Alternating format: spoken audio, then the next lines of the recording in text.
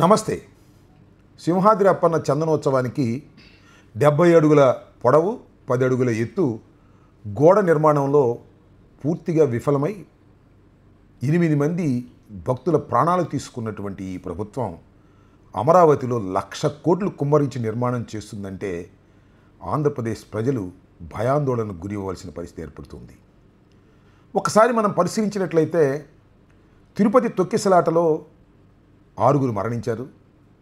ఇవాళ చందనోత్సవాన్ని సందర్భంగా 8 మంది మరణించారు. టోటల్గా 15 మంది భక్తుల్ని మనం కోల్పోయాం. ఇది చాలా బాధాకరమైన విషయం.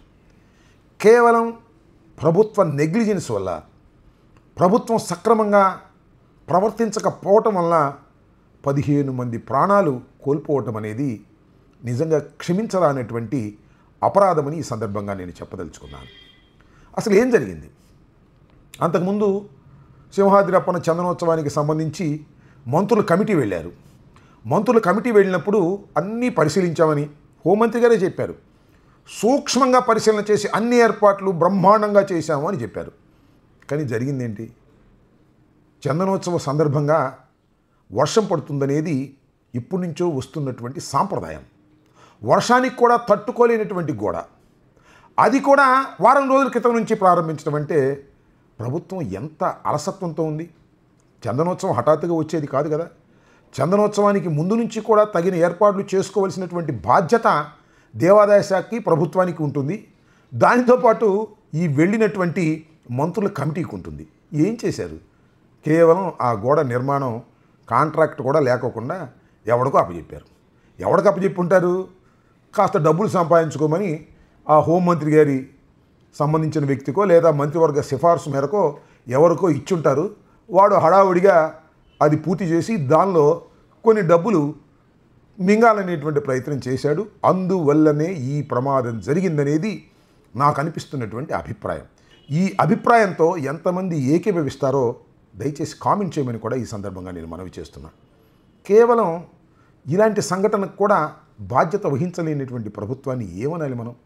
వెంటనే రాష్ట్ర మాజీ ముఖ్యమంత్రి జగన్మోహన్ రెడ్డి గారు వెళ్ళారు. అక్కడ మృతులను పలకరించారు. వారి కుటుంబ సభ్యుల్ని పలకరించేటటువంటి కార్యక్రమం చేసి మీడియాతో కూడా మాట్లాడారు. మీడియాతో మాట్లాడినప్పుడు ఆయన ఒకటే చెప్పాడు.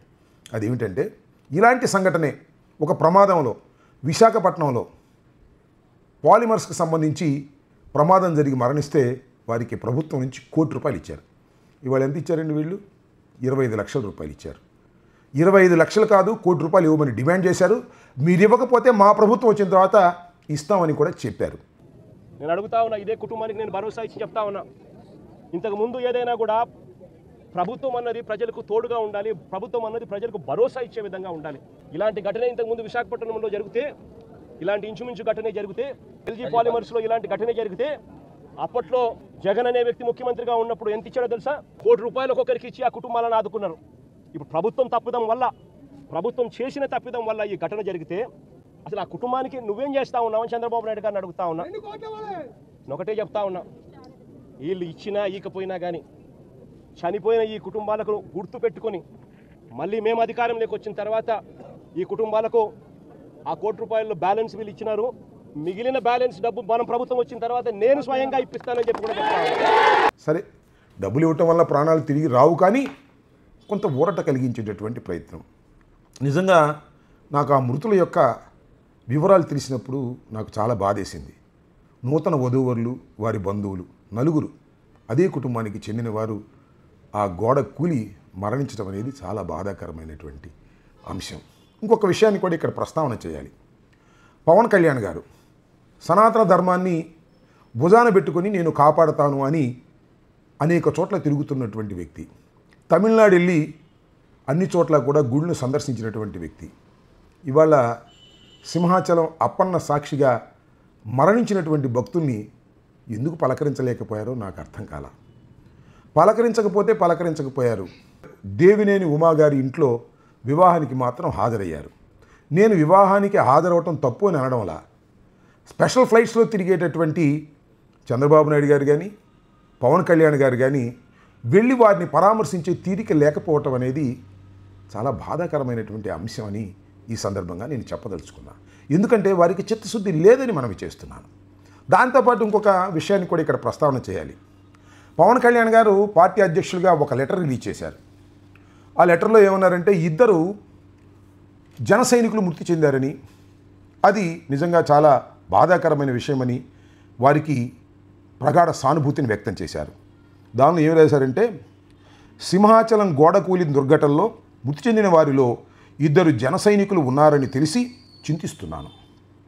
పి గన్నవరం నియోజకవర్గానికి అంబాజీపేటకు చెందిన జన సైనికులు శ్రీ పత్తి దుర్గా స్వామినాయుడు, శ్రీ కుంపట్ల మణికంఠ ఈశ్వర శేషారావు ఈ ఘటనలో మృతి చెందడం బాధాకరం. వారి ఆత్మకు శాంతి చేకూరాలని భగవంతుణ్ణి ప్రార్థిస్తున్నాను. జనసేన పార్టీ తరపున ఎంతో అభిమానంగా పనిచేసే ఈ దుర్గా స్వామినాయుడు, శ్రీ మణికంఠ కుటుంబాలకు నా ప్రగాఢ సానుభూతిని తెలియచేస్తున్నాను. ఈ కుటుంబాలకు పార్టీ అండగా ఉంటుంది. శభాష్, మంచిదే, కాదని అనడంలా.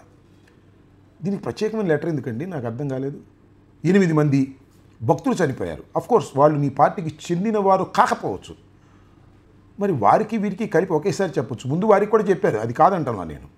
కానీ ఈ విధంగా చనిపోయిన మృతులలో కూడా విచక్షణగా ఉండటం సమంజసమేనా అని నాకు ఒక అనుమానం. తప్పైతే నన్ను క్షమించండి, అది కరెక్ట్ కాదని నా అభిప్రాయపడుతున్నా. మీకు ఎవరు సలహా ఇస్తున్నారో, ఎందుకు చేస్తున్నారో నాకు తెలియదు. కానీ 8 మంది మరణించటాన్ని మీరు సానుభూతిని వ్యక్తం చేయాలి. దానిలో 2 మీ వారు ఉంటే మీ పార్టీ తరపున పంపించి ప్రత్యేకంగా వారికి సహాయం చేసే కార్యక్రమం చేయండి. ఇప్పటికైనా భక్తులలో జన సైనికుల, తెలుగుదేశం వాళ్ళ, వైఎస్ఆర్సీపీ వాళ్ళ అనే విభజన లేకోకుండా చూసేటటువంటి పద్ధతిని అనుసరించవలసిన అవసరం ఉన్నది. అది కూడా మృతి చెందిన వారికి సంబంధించినటువంటి అంశంలో. కాబట్టి ఈ సంఘటన చాలా దురదృష్టకరమైనటువంటి సంఘటన. వరుసని ఇలా పుణ్యక్షేత్రాల్లో మృతి చెందటం అనేది చాలా బాధాకరమైనటువంటి అంశం. దీన్ని చంద్రబాబు నాయుడు గారి ప్రభుత్వం కాస్త సీరియస్గా తీసుకోకపోతే నష్టపోయేది మీరే అని కూడా ఈ సందర్భంగా నేను చెప్పదలుచుకున్నాను. జగన్మోహన్ రెడ్డి గారు హుటాహుటిన వెళ్ళారు, వారిని పరామర్శించారు, వారికి సానుభూతి వ్యక్తం చేశారు. మృతుల కుటుంబాలందరికీ కూడా అండదండగా ఉంటామని హామీ కూడా ఇచ్చి వచ్చారనే విషయాన్ని మీరు ఇక్కడ గుర్తుపెట్టుకోవాలి. కానీ ప్రభుత్వం వైపు నుంచి మాత్రం ఆ స్పందన లేదు సరిగదా. హోంమంత్రి గారు మాట్లాడుతూ ఒక మాట అన్నారు, ఆ గోడ ఎప్పుడు కట్టారు, ఎవరు కట్టారు, ఏ కాలంలో కట్టారు, దాని మీద విచారణ జరపాలి అని. ముందు ఫస్ట్ రియాక్షన్ ఏమిటది నాకు అర్థం కాల. అంటే మా టైంలో కడితే మా మీద నెట్టేస్తారా, వైఎస్ఆర్ కాంగ్రెస్ పార్టీ టైంలో కడితే? అంటే మీరు మంత్రుల కమిటీ వెళ్ళి ఒకవేళ మా టైంలోనే కట్టిన గోడ అనుకుందాం, కాసేపు కూలుతుందా లేదా అని విచారణ చేసుకోవాల్సినటువంటి బాధ్యత, చెక్ చేసుకోవాల్సిన బాధ్యత ప్రస్తుత ప్రభుత్వానికి లేదా అని అడుగుతా ఉన్నా. అఫ్కోర్స్ అది మీ ప్రభుత్వంలో కట్టిందే, అది కూడా వారం రోజుల క్రితం కట్టిందే. దానిలో కూడా ఏంటంటే కమిషన్లు కాజేసే పద్ధతి చేస్తున్నారు. అమరావతిలో కూడా అంతే. 1,00,000 కోట్లలో 40,000 కోట్ల రూపాయలు కమిషన్ల రూపంలోనే పోతుంది. అమరావతి కూడా ఈ విధంగానే మీరు స్టాండర్డ్ లేకుండా నిర్మిస్తారు. ఇంతకు ముందు కూడా ఇదే స్టాండర్డ్ లేకుండా నిర్మించడం వలనే తాత్కాలిక అసెంబ్లీ హాలులో కాదు కానీ ఆ పక్కన ఉన్నటువంటి రూమ్స్లో వర్షాలు పడినటువంటి సందర్భాలు మనం చూసాం. మీరు ఏది స్టాండర్డ్గా కట్టే పరిస్థితిలో లేరు. ఏ కాడకి కమిషన్లు బుక్ వేయాలని, అప్పులు తీసుకొచ్చి దానిలో 100 కోట్ల రూపాయలు తినేయాలనేటువంటి ఉద్దేశంతో చంద్రబాబు నాయుడు గారు, లోకేష్ గారు అదే పనిలో ఉన్నారు. ఇది ప్రజలు గమనించాలని, వరుసగా జరుగుతున్నటువంటి పుణ్యక్షేత్రాల్లో ఇలాంటి ప్రమాదాలకు చంద్రబాబు నాయుడు గారు చేసిన పాపాలే కారణమనేటువంటి భావన రోజు రోజుకి కలుగుతూ ఉంది. దానిలో ప్రధానంగా పవిత్రమైన తిరుపతి లడ్డూలో జంతువుల కొవ్వు, పశువుల కొవ్వు, పంది కొవ్వు కలిసిందని ఒక అసత్యమైన ప్రచారం చేయటం ఒక మహాపాపం. అది మీరు గుర్తుపెట్టుకోవాలని కూడా ఈ సందర్భంగా సవినయంగా మనవి చేస్తున్నాను. ధన్యవాదాలు. Stay aware, stay bold. Like, subscribe and follow at Ammati Rambabu Official for truth and clarity in today's politics.